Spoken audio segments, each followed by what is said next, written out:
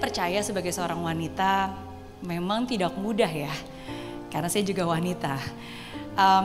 Kalau saya bisa ilustrasikan, kadang hidup kita tuh kita berusaha untuk membalance segalanya, seperti naik sepeda, kaki kanan, kaki kiri.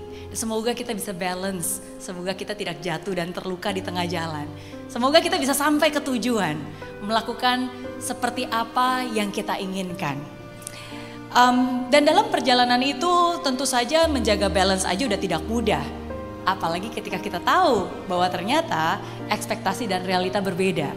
Bukan hanya kita membalance tugas-tugas kita, tapi ternyata kita dihadapkan dengan begitu banyak tantangan, begitu banyak kekecewaan.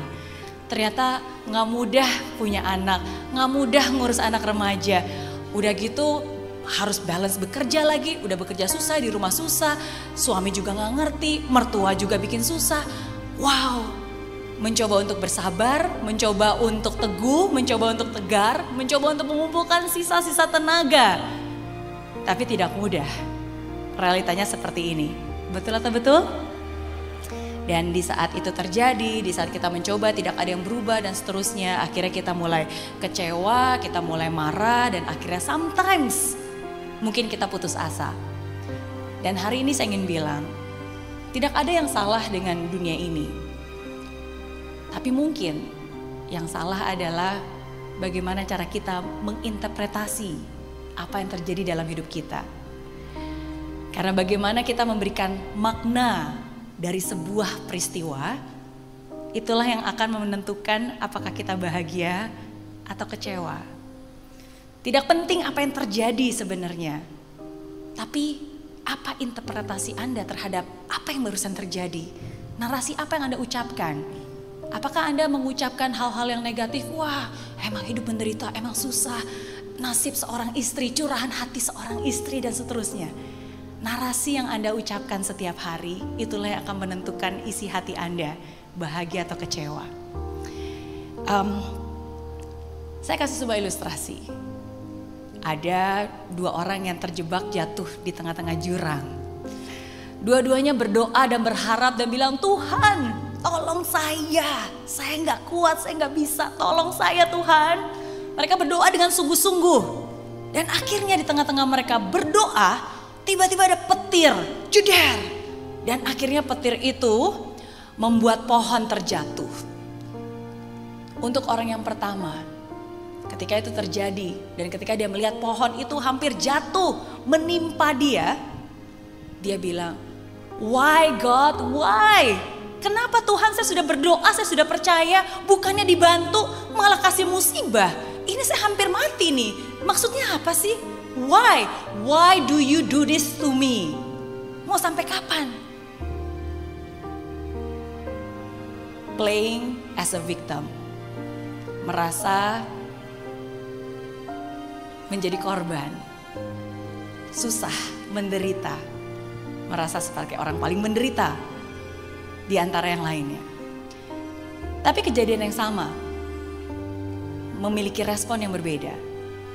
Orang berikutnya berprasangka baik. Wow, saya berdoa dan ketika saya berdoa tiba-tiba ada petir, ada pohon jatuh.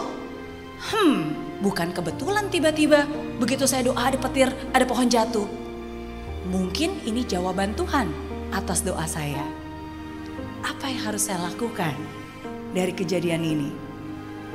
Dan dia berpikir, dan karena dia berprasangka baik, akhirnya dia berpikir yang baik dan melakukan yang baik. Akhirnya pohon itu dijadikan tangga dan tangga itulah yang membawa dia keluar dari jurang tersebut.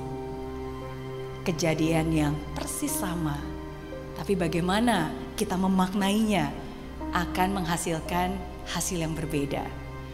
Apakah kita mau terus-menerus berprasangka buruk, hidup itu menderita, susah? Ya, memang beginilah nasibnya.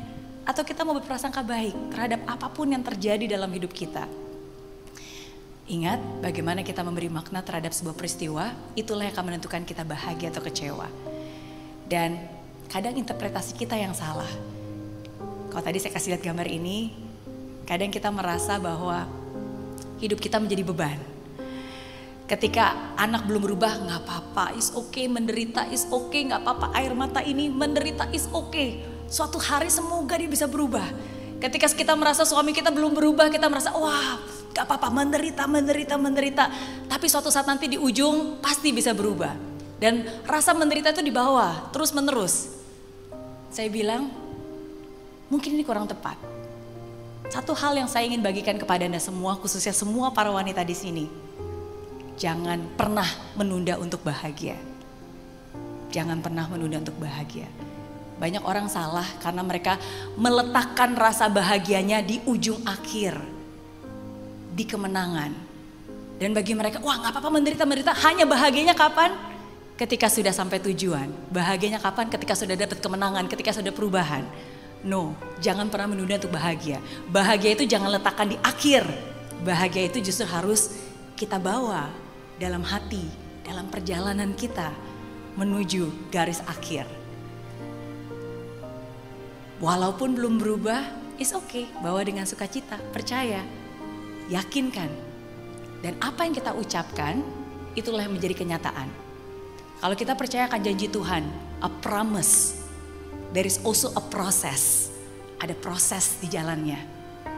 Dan selain proses, ada prophesy. Kata-kata apa yang Anda ucapkan selama Anda menjalani proses itu. Kalau Anda menjalaninya dengan mengeluh, ya nggak akan terjadi. Tapi kalau kita mengubah narasinya dan mensyukuri, mencoba untuk bahagia mensyukuri, saya percaya itu pasti akan terjadi. Jangan anggap hidup Anda sebagai beban. Memang tidak mudah.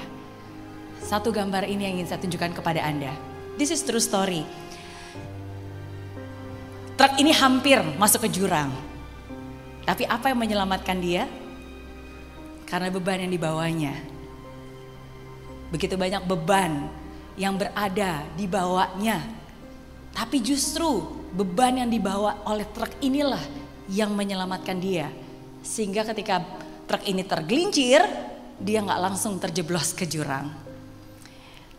Sesuatu yang mungkin terlihat seperti sebuah beban, ternyata itu bukan beban. Tapi itu sebuah berkat.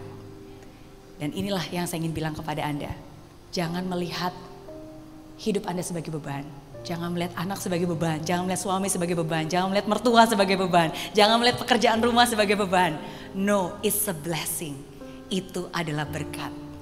Untuk Anda, untuk keluarga Anda, untuk semua orang yang berada sepanjang hidup Anda. So, semoga apa yang saya bagikan hari ini juga bisa menguatkan dan bisa menjadi berkat buat Anda semua. Teruslah berproses, teruslah percaya. Ucapkan hal-hal yang baik. Berprasangka baik, berpikir baik, berperasaan baik, berkata baik, berbuat baik. Hasilnya pasti akan baik.